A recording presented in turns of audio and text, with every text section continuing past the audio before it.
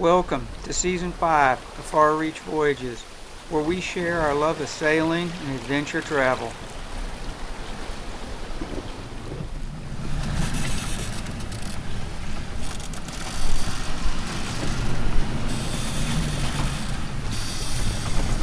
This voyage was turning out to be the most difficult of the 3 voyages I've made to the Virgin Islands from North Carolina.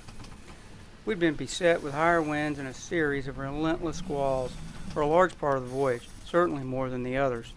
However, as mentioned in the conclusion of the last episode, the most anxious part of the voyage was yet to come.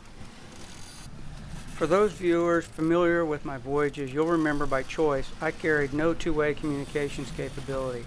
However, for this voyage, I had reluctantly swapped out the sometimes unreliable one-way spot tracking device with a more distracting Garmin two-way inReach mini texting device.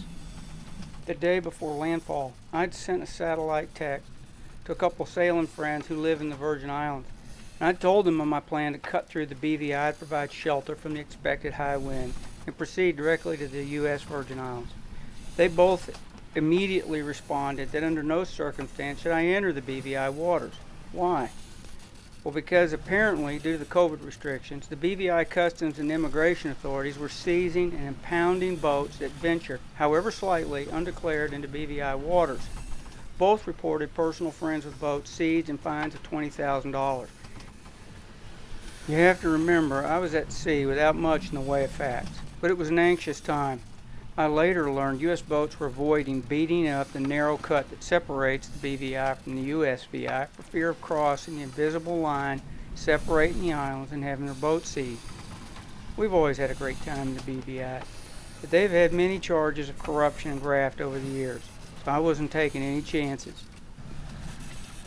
I wasn't inclined to sail upwind of the BVI in winds to 35 or 40 knots and 12 to 14 foot seas, leaving the islands as a lee shore when it was much safer to use them as protection.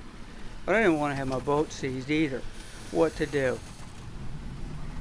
I decided to text Gail with the inReach and explain the situation and asked her to see what she could find out, and if possible, contact the BVI authorities and see if they'd allow me to pass through.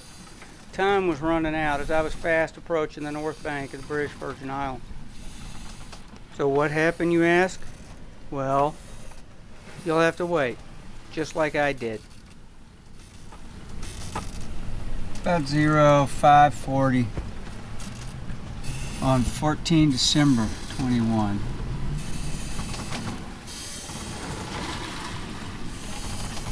We're at about 20 degrees, 20 minutes north, 63 degrees, 8 minutes west, or about 130 miles northeast of the British Virgin Islands, specifically the north bank just west of Anegada. We're on the same right line, going the right direction now, kind of the final stretch. But we're not making the progress we were making.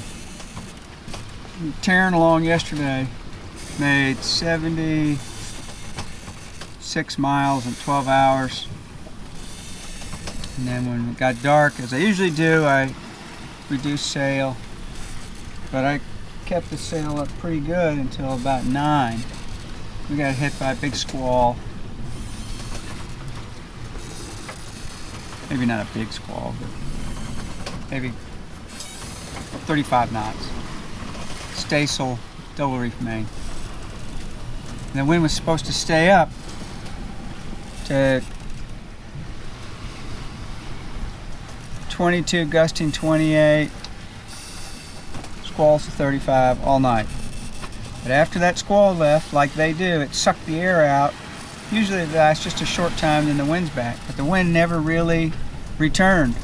It stayed light, but I was already down to a staysail. It was dark.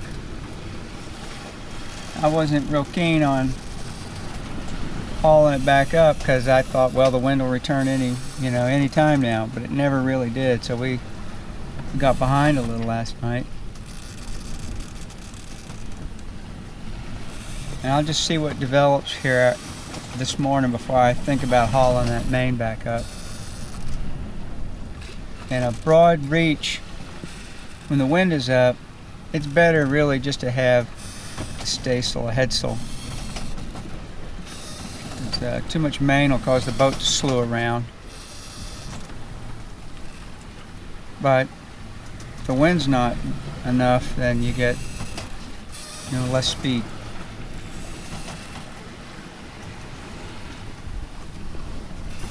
You can see it looks a little rain squally out there.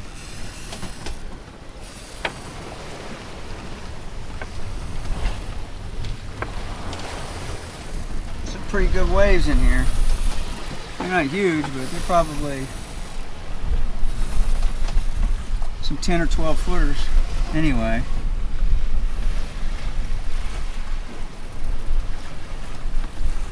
Maybe a couple bigger. Most are probably 8 feet maybe, which surprises me considering how the wind dropped off so much.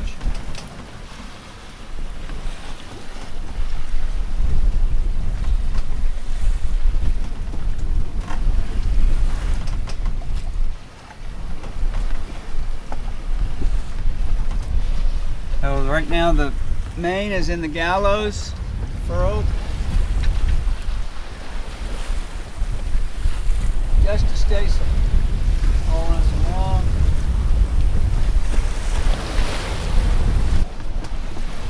You can never catch the grandeur of these waves on film. At least I've never been able to. That is a pretty good sized wave right there. Very beautiful. Powerful and strong. They're not huge waves or anything, but they're substantial and impressive to sail as I'm coming up on you like that. One of the real joys of blue water sailing is get to experience that.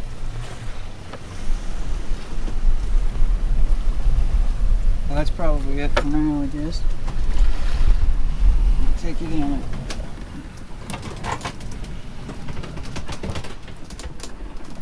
So we're about here.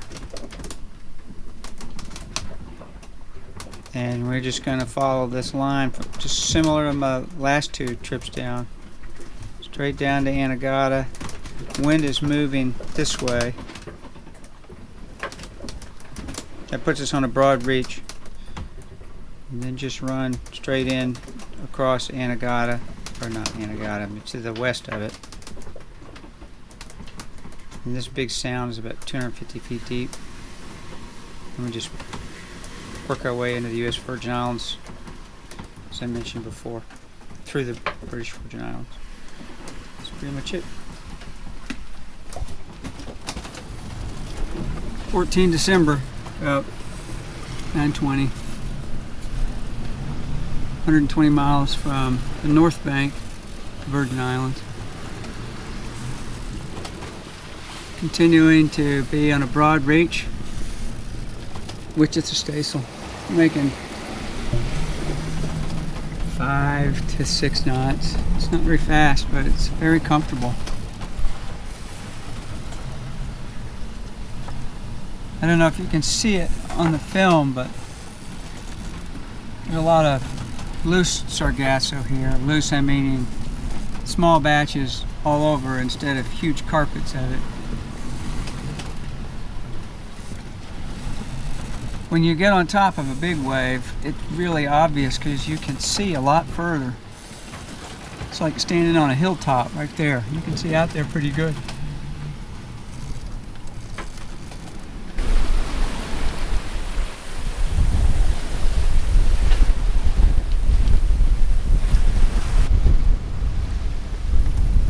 Less than 24 hours, we had to be in the lee of the British Virgin Islands, working our way over to St. John in the U.S. Virgin Islands. 15 December 21, 0600. Spotted Virgin Gorda 15 minutes ago. It's over there, kind of obscured in those clouds, just swept down over it.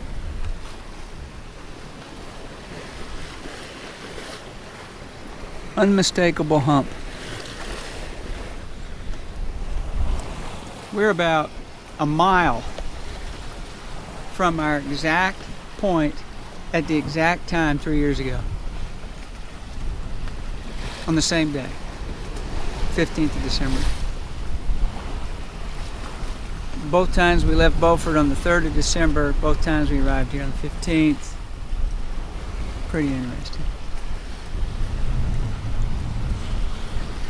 It's a pretty good sized squall coming down on us. We're gonna get some rain on that for sure. Long night, to be sure. Up constantly, plotting on the chart.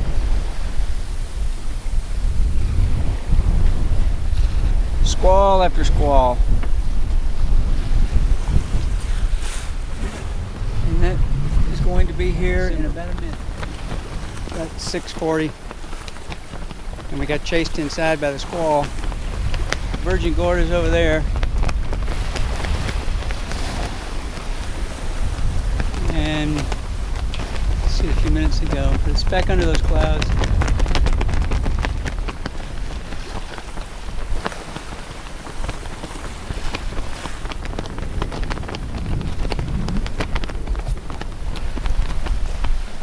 Nice rainbow.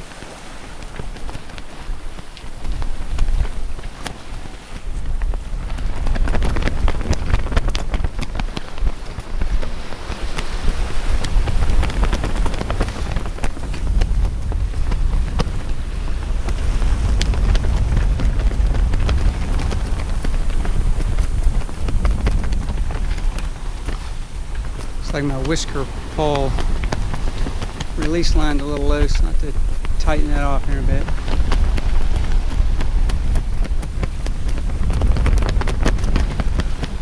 Need to have Old Glory flying when we go into another nation's waters.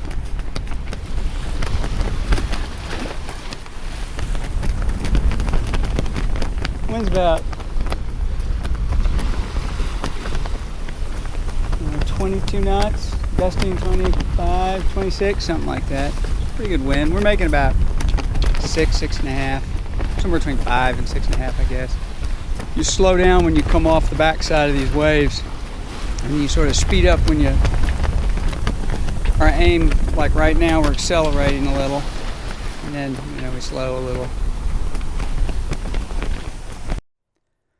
Let's stop for a minute so I can describe our efforts to get clearance through the British Virgin Islands.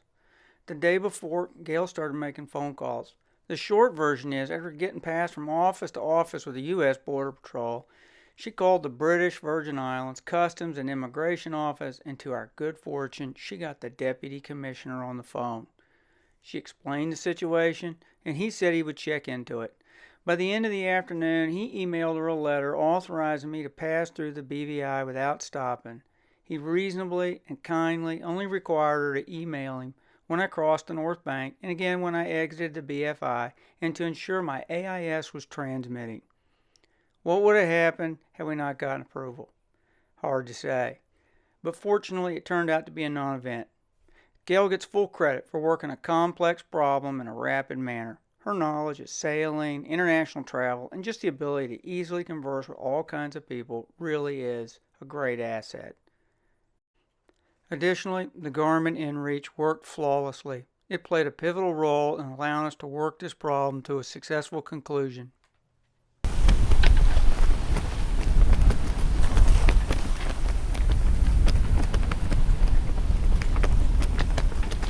The water is shoaling rapidly right now, and I am probably going to go inside the boat because we crossed the Puerto Rican Trench, and in the space of just a few miles it goes from, it was 24,000 feet yesterday as we entered the Puerto Rican Trench area. We're at about 8,000 now, I think, or 7,000, and it's going to shoal to 120 feet over the next 10 miles or less. So it's pretty steep. And all this water getting pushed in like this against this rising bank will cause these waves to get steep and short, like this one. Whoa! So I am going to move on in. Stay safe. I don't have any more video of the arrival. I was too busy sailing through vicious squalls and torrential rain. I sailed past Tortola and through Thatch Cut, picking up a national park mooring in Francis Bay, St. John, USVI, about 1500. The voyage took 12 days and 6 hours. The logbook reports I sailed 1,466 nautical miles, reefed a minimum of 16 times, made 19 sail changes, tacked 4 times, used 6 gallons of fuel and 12 gallons of water. I also sighted 8 ships. While I thoroughly enjoyed a somewhat difficult voyage, I was glad to have it behind me.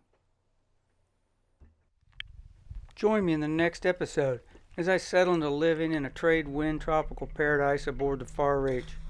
There's a lot more to come. I'll share some of my life aboard. I'll also demonstrate how I launched Sweet-Pea. There'll be some highlights of free diving, and of course, plenty of sailing. If you enjoyed this episode of Far Reach Voyages, let us know in the comments. Also, consider liking and subscribing, as it tells us you'd like to see more videos and it helps the channel grow. See you in the next episode.